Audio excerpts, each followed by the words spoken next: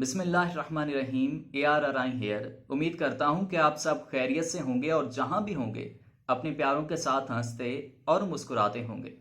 मैं एक बार फिर आपकी खिदमत में हाजिर हूँ लेटेस्ट अपडेट के साथ। मेरे पास कुछ खबरें हैं जो मैं आपके साथ शेयर करता हूँ।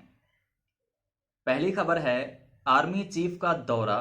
चीन का हंगामी तौर पर पाकिस्तान के लिए 100 मिलियन UN इमदाद देने का ऐलान। चलें जी, ये पाकिस्तान को 100 मिलियन UN और इमदाद मिल गई। देखते हैं कि अब महंगाई कम होती है या नहीं।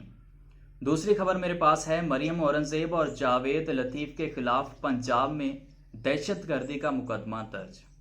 तीसरी खबर है, रूस पाकिस्तान को उधार तेल देने पर आमादा। अमेरिका ने भी खुलकर मुखालफत नहीं की। जराए PIA की परवाज में खिड़की को लात मारने वाला मुसाफिर गिरफ्तार। देखें लोगों की हरकतें कैसी हैं। जमायत इस्लामी का के इलेक्ट्रिक के खिलाफ अवामी रेफरेंडम का ऐलान। चलें जी, ये तो बहुत अच्छा हो गया क्योंकि लाइट ने तो वैसे ही बहुत जलील किया हुआ है लोगों को।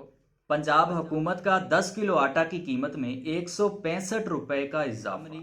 अमरीकी इंजीनियर के बदले तालिबान रहनुमा न्यूयॉर्क से रिहा होकर काबुल पहुंच गया। पाकिस्तान से T20 सीरीज BBC टीवी देखकर कमेंट्री करेगा। 3 बच्चों की मां ने 10वीं जमात के इम्तिहान में टॉप पोजीशन हासिल कर ली। जी, पढ़ाई होनी चाहिए तो ऐसी होनी चाहिए। पिछले 2 माह में डिफेंस पे 198 अरब खर्च। हुकूमत का पेट्रोल की कीमतों में 8 पैसे कमी का फैसला। हुकूमत का बिजली की कीमतों में 21 पैसे फी यूनिट का इजाफा।